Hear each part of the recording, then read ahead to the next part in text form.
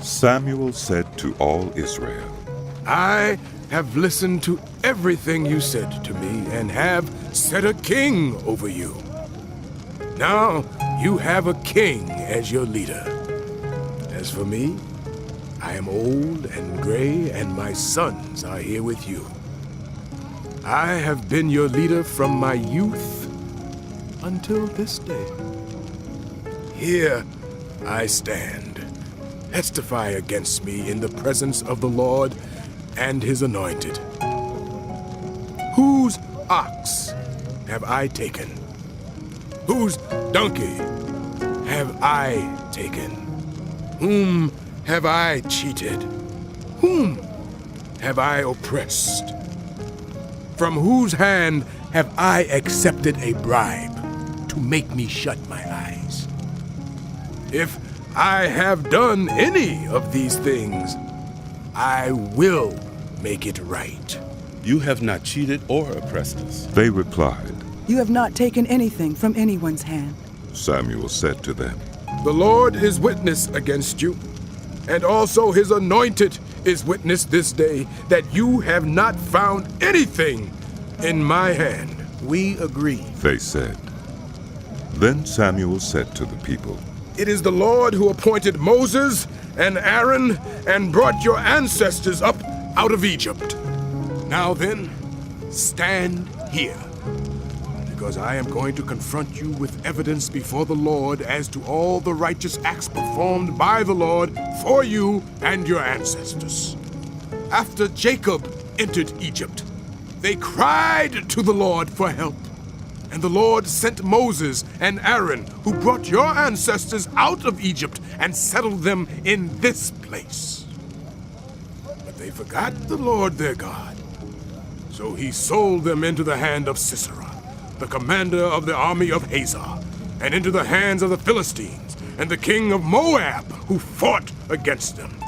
They cried out to the Lord and said, We have sinned.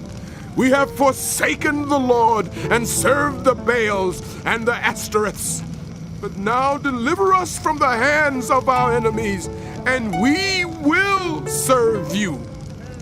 Then the Lord sent Jerubbaal, Barak, Jephthah, and Samuel, and he delivered you from the hands of your enemies all around you, so that you lived in safety.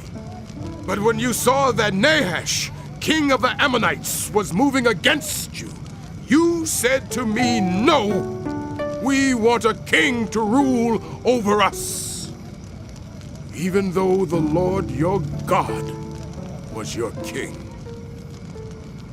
Now, here is the king you have chosen, the one you asked for.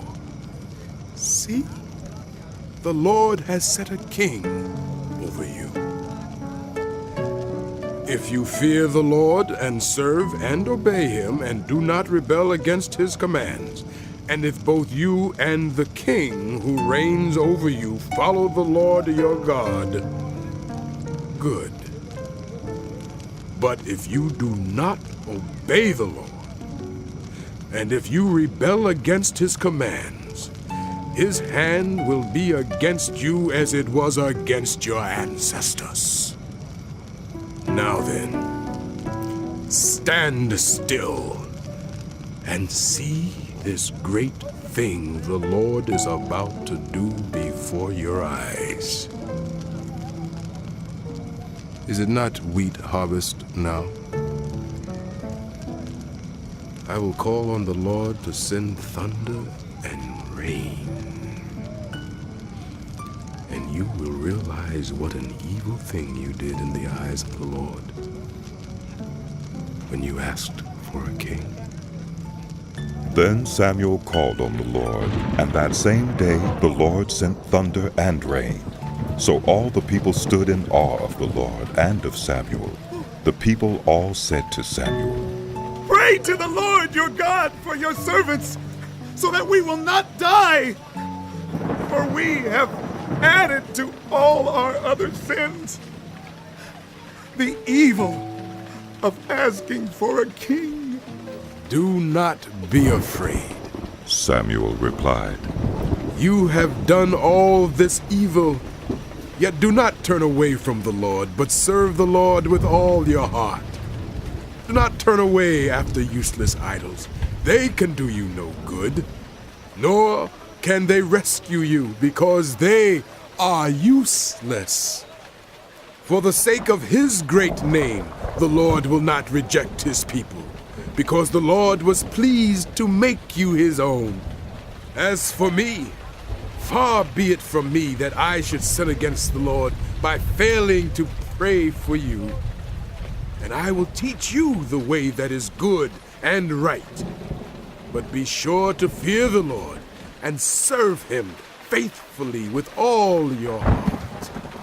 Consider what great things he has done for you.